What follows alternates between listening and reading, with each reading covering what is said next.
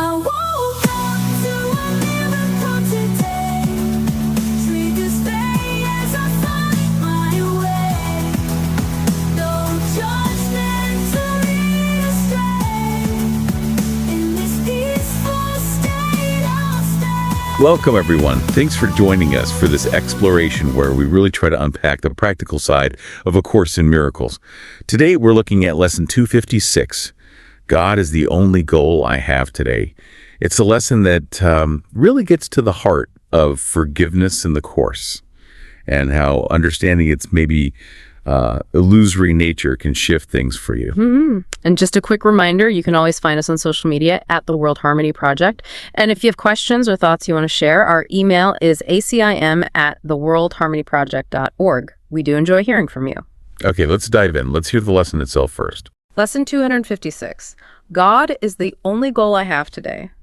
The way to God is through forgiveness here. There is no other way. If sin had not been cherished by the mind, what need would there have been to find the way to where you are? Who would still be uncertain? Who could be unsure of who he is?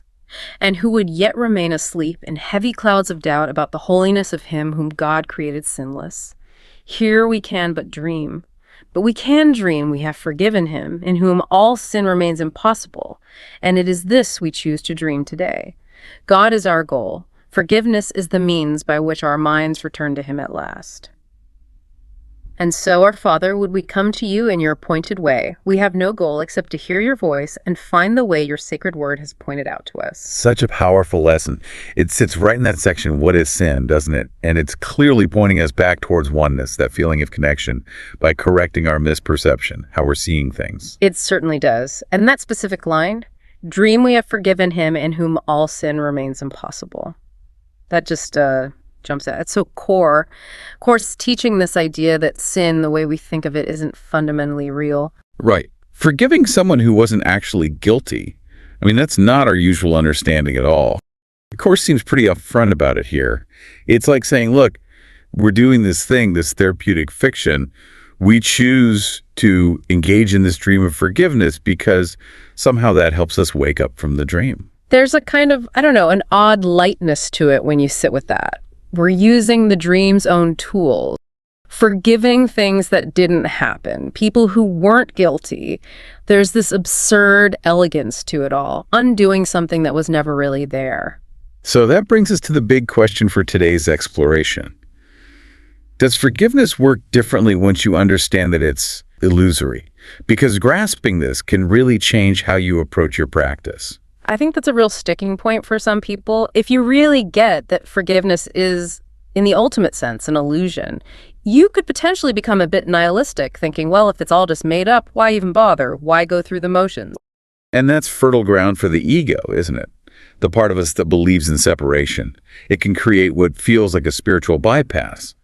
Using the Course's own ideas to avoid the work, you might hear yourself think, oh, I'm beyond needing to forgive, I know it's not real. But what is the Course actually pointing to? There's the act of forgiving, the thing we do in our minds. And then there's the whole framework of sin and guilt that forgiveness operates within. The framework might be illusory, part of the dream, but the act of forgiving that has very real effects on our experience within the dream. It changes how we feel, how we see. That clarifies things. The motivation isn't about changing ultimate reality, but changing our perception right now. I sometimes compare it to money. We know it's a social construct, right? Pieces of paper or numbers. But knowing that doesn't mean you just stop paying your bills tomorrow. You still work within the system to navigate your life. I think that's a helpful way to look at it. We use the tool within the dream to gently shift our perception of the dream. Which leads to another common question people have. Could someone just skip forgiveness altogether? If it's just a bridge, maybe some very spiritually advanced people can just leap across. But the Course seems pretty consistent. If you still experience yourself as a person, a body, in a world, you're still in the dream. And if you're dreaming, chances are you still need that bridge. In fact, asking, do I need forgiveness, might just be the clearest sign that, yeah, probably. Kind of a funny paradox for the ego. It is, and the ego is so clever, it can even twist forgiveness itself. Let's talk about some of those ego traps, like the getting someone back illusion. This one's common. Believing that by not forgiving, by holding on to anger, you're somehow hurting the other person. Right. Like you're drinking poison hoping they get sick. You're just hurting yourself. You might be thinking, they don't deserve my forgiveness, but who's actually trapped by that lack of forgiveness? It's always us, a self-inflicted wound. Then there's the martyrs. We've probably all seen this or maybe felt it. Getting really invested in the story of how much you've suffered, how wronged you've been. It gives a weird sense of being special or righteous, that feeling of, look at what I've endured. Well, that one's tricky because the suffering becomes part of your identity. We also see the forgiveness performance. You know, someone makes a big show of forgiving someone, like they're doing them a huge favor. Maybe they announce it publicly. But then a few months later, the same old issue comes up again in an argument. It wasn't a real release. A performance, not a practice. But maybe if you really understand the illusion, you can skip the performance part. You can just do the quiet inner work of letting go without needing the fanfare. And maybe the sneakiest one is spiritual forgiveness, forgiving from a place of superiority, thinking, oh, well, I'm enlightened enough to see you're just acting out of unconsciousness. I'll overlook your flaws. It sounds noble, but there's still judgment underneath. That just keeps the egoic hierarchy going, doesn't it?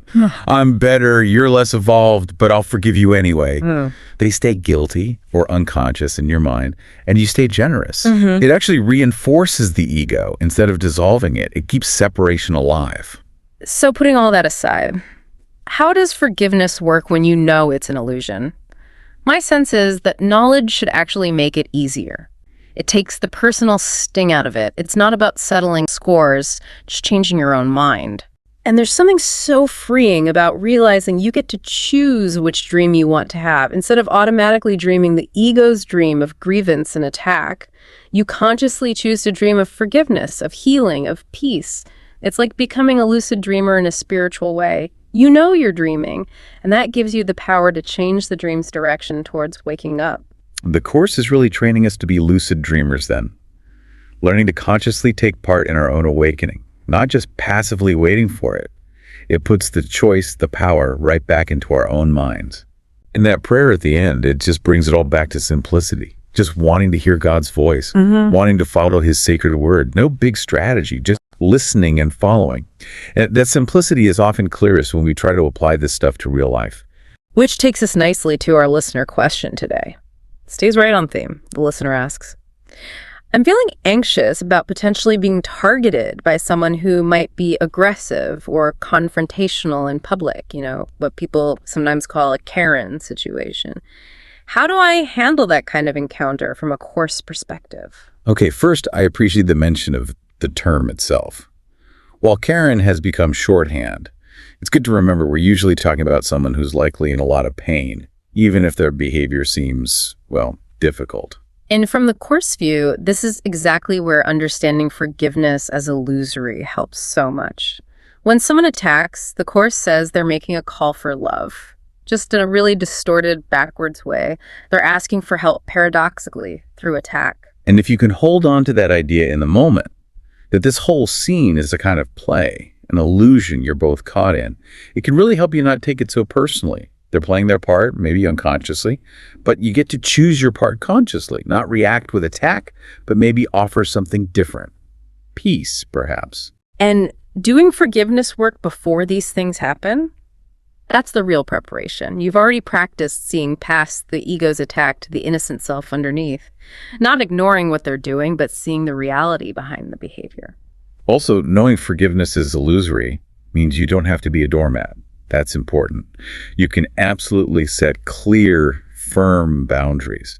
Protect yourself. Maintain your peace. The Course doesn't ask us to enable bad behavior or put ourselves at risk. It asks us to forgive the illusion in our own mind, not necessarily endorse the action in the world. What's also interesting is how much energy we spend rehearsing these conflicts beforehand, playing out scenarios in our heads of being attacked or how we'll defend ourselves. That rehearsal itself is a kind of mental attack, isn't it?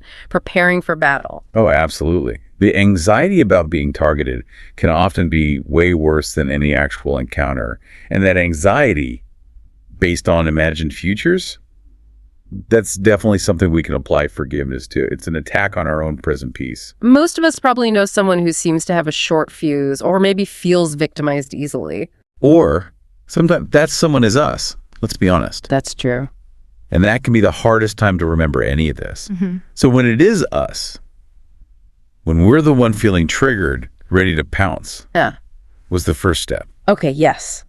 When you feel that heat rising, that urge to react, or even just anticipating it, try this. First, that pause. Just create a little space, take a breath, notice the feeling. Is it anger? Hurt? Feeling attacked?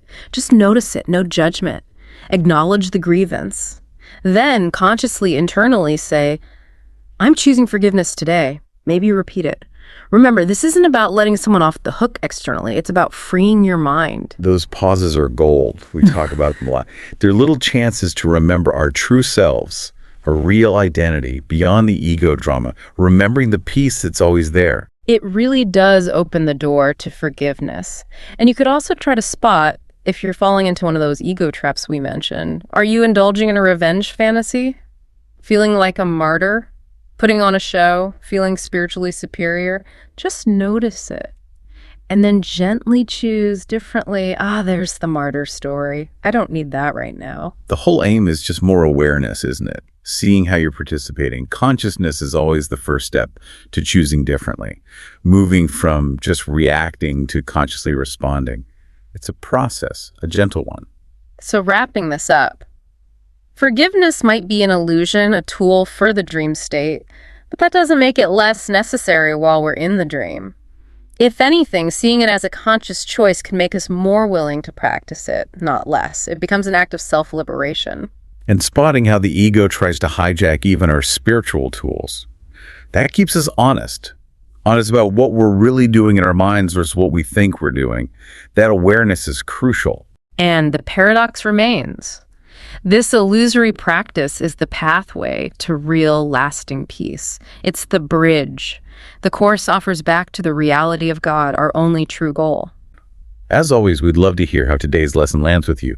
Email us or find us on social media. Thank you for joining this exploration today. And here's a thought to take with you. Is there one person, one situation, maybe even a small one, where you could consciously choose to dream of forgiveness today instead of grievance? Just for a moment. Until next time, keep practicing.